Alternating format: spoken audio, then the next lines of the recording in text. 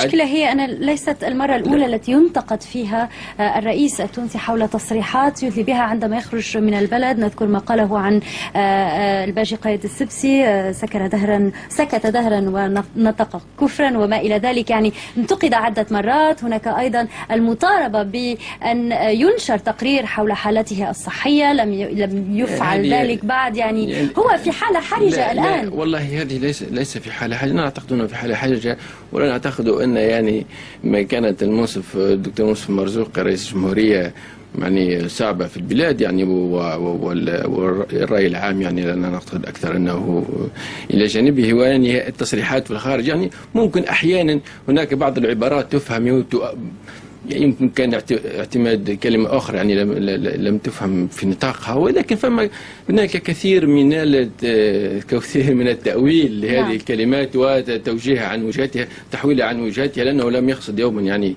الإساءة إلى حد ولا الإساءة إلى تونسي. وهذا يعني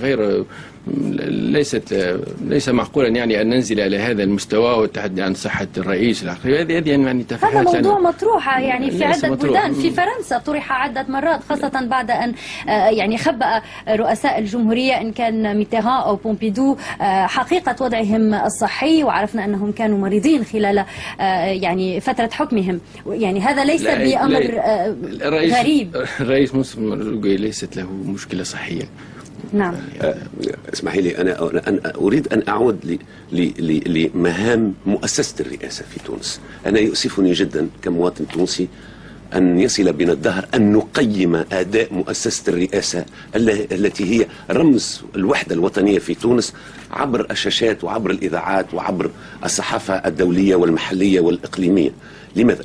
لأنه كل دبلوماسية تقوم على ثوابت معينة. هذه الثوابت تعتمد أساسا الوضع الإقليمي والوضع الاستراتيجي ودورك وفعلك في المنطقة الاستراتيجية الجيوسياسية التي أنت موجود فيها.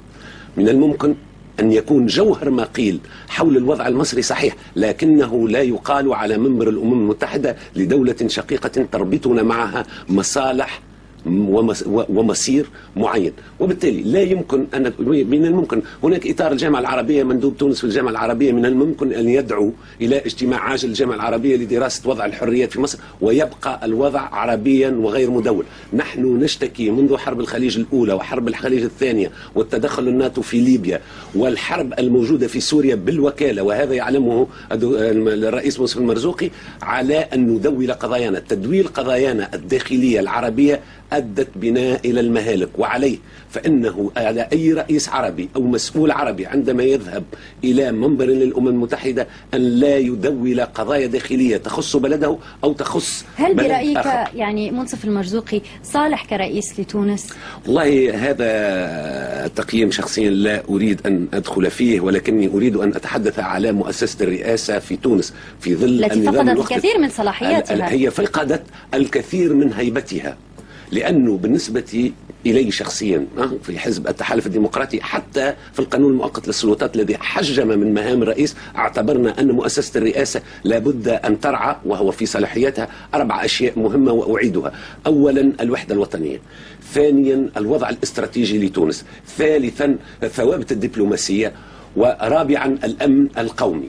هذه ال4 عناصر هي عناصر حيوية ومرتبطة ببعضها. يبدو لي أن مؤسسة الرئاسة بمن فيها من مستشارين ورئيس فشلوا فشلا ذريعا في القيام بهذه المهام التي تحافظ على هيبة تونس وعلى هيبة الرئاسة في تونس.